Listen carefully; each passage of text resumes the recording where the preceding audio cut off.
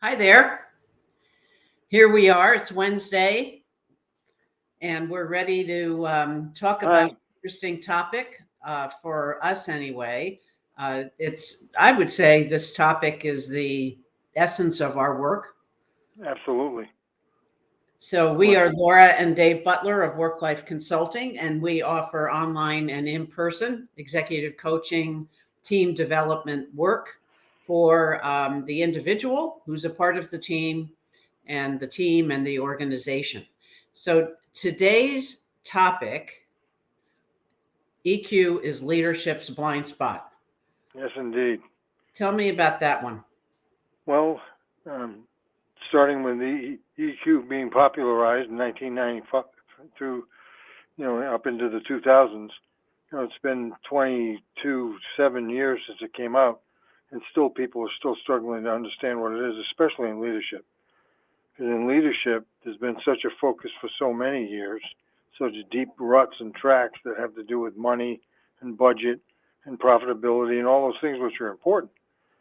But the people piece has become even more important now, and the fact that leadership has not really embraced EQ to the extent that they need to, it's even worse because now they don't know how to deal with the Great Resignation and all the other things that are revolutionizing the workforce. So I call it the blind spot. Blind spot, I think everybody knows what it is. You can't see in the car. It's easy to, we call the back behind the left side of the driver the blind spot because you can't see the cars coming up on you. Well, the same thing is true in organizations and leadership. There's an awful lot of stuff going on, and there's so much of it that people don't see on a daily basis, and most of that is the EQ car that's coming up alongside them. And it's issues, and all of a sudden the issues show up, and they go, "Gee, where did that come from?" Well, it's always been there. Well, I think it's also indicative of the fact that the discussion, most of the pressure, especially on leaders, is results driven. Mm-hmm. So the time it takes to address the understanding of what this means, EQ is leadership's blind spot, takes time to really come to terms with what that may be. And it also is affected by these biases. Yeah, all kinds of biases. Bias towards action, a bias towards certain kinds of people, bias towards gender, a bias towards responsibilities. I mean, it's all over the place. But I think one of the key factors is that I'm glad you brought up results because I agree. Leadership is dedicated to results, but engagement of your employees is a result too. Well, one of the interesting articles I saw recently, talking again about the Great Resignation, is about how much effort is put on attracting people to organizations, Mm-hmm. but the blind spot is offering that support for the people you have.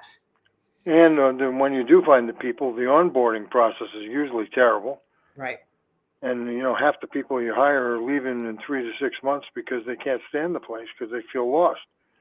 Well, I think this is another key piece. These biases and zones, what they're actually called. It's called the Scotoma. Yeah. Which means fundamentally a blind spot. We look out there and we think everything's lovely, but we're not seeing what's really going on. We don't see the lack of safety, psychological safety, that's causing so many problems. We don't see the confusion that's going on with people not really understanding what the goals are anymore and how they can work together with so many different kinds of people. It's just all of the things that have to do with relationships have become so important, and we have to start putting them in the same list of results as we do with profitability. Because profitability is not going to be there if your people aren't engaged. You can't make up for it with more people. You can't even find enough people as it is. And I think that's the blind spot where, to understand how to do that, certain people do different things to maybe, kind of build that into the culture. Mm-hmm. But it takes time if you're not used to that.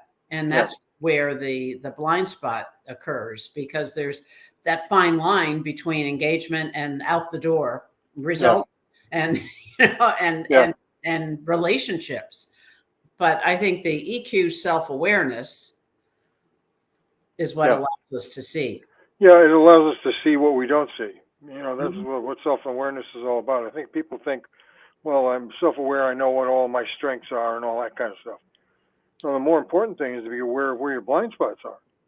At Well, least I think this is interesting. you know that you overlook it all the time, and you need to get some help, and you need somebody to help remind you or to give you that perspective. That's the key. Well, I think this is interesting. It could be on my part a typo or your part in what you shared with me, but I like the idea that EQ self-awareness allows us to see what we don't see, but also where we don't Where? Yeah, see. there's a what and a where. Yeah, yeah, Both are. exactly.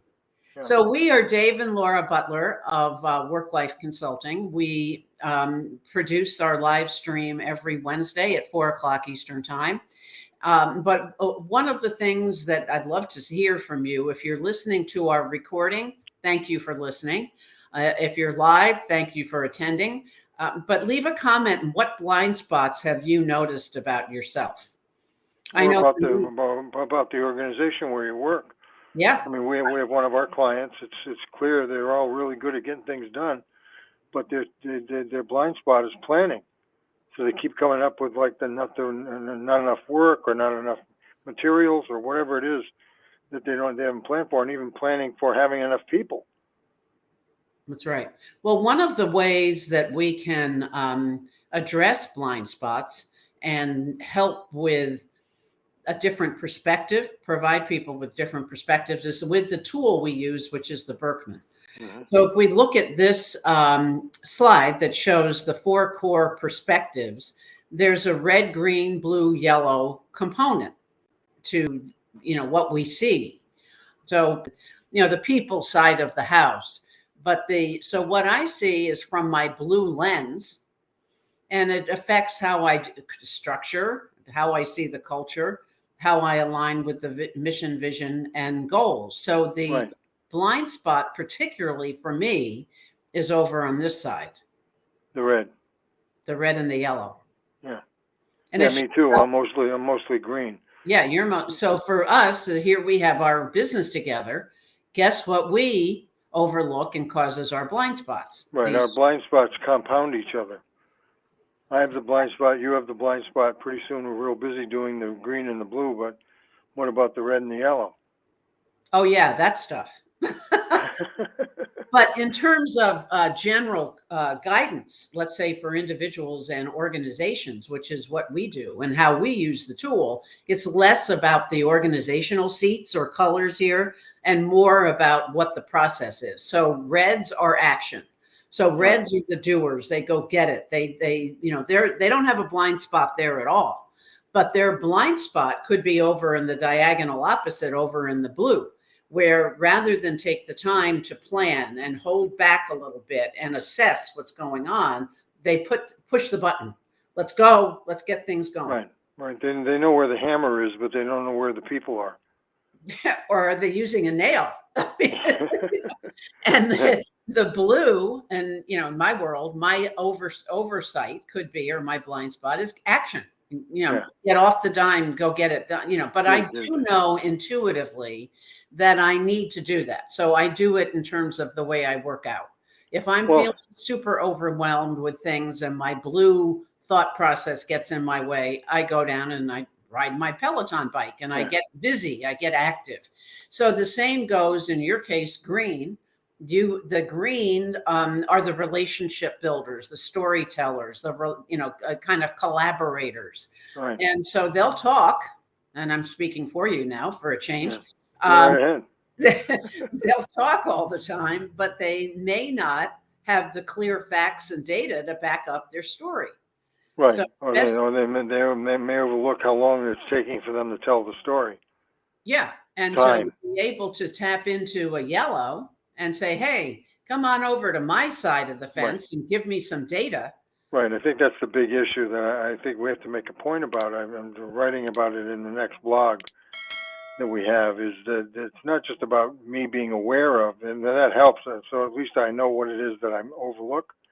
It doesn't mean that I still can see it better, but at least I know where it is. I have to go find someone to help me in that area. That's why it's so important. Diversity is not just a nice to have because everybody deserves a chance and we should be fair and equal with everybody. That's a lovely sentiment. The real issue is making sure we have people who can give me the information I need that I don't see. Right. And because we see things differently, we have a tendency to maybe disagree or whatever. We have to open up to that, be curious about, why does somebody see it differently than I do, and Well, make better, more comprehensive decisions. That's really the end result of this.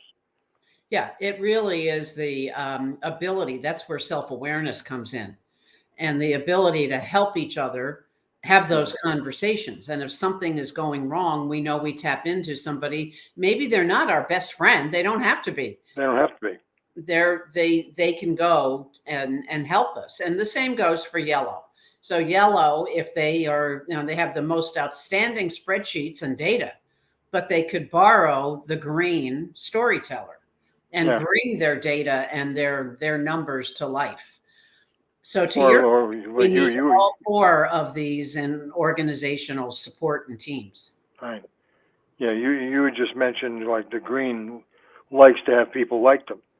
So they look for a friend. They think that they need to be friends. And like you point out, they don't have to be. Well, the yellows, are probably more oriented towards the data and then the schedule and all that kind of stuff. They overlook the importance of having a relationship. So the same thing is true in that direction, as being able to interact with each other. The yellows need to build more friendliness, if you will, more connection, more relationships. The greens need to not focus on that so much and focus more on the facts and the figures. So we need to meet in the middle. I mean, it's where all of these perspectives cross.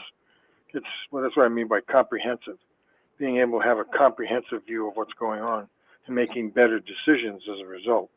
Well, I think the overall bottom line is, and how we help, is the leadership development programs that we create focus on addressing these blind spots. Mm-hmm. Yeah. So I love to help within the momentness, if you will. When something is a house afire, to be able to step in and kind of provide that alternative view and help guide the direction that's a little bit better. Well, in all these years that we've been doing this, and I've never once gone into a situation or a company where they were complaining about not knowing enough about the budget. They may have complained they didn't have enough budget, but they knew all they needed to know about the budget.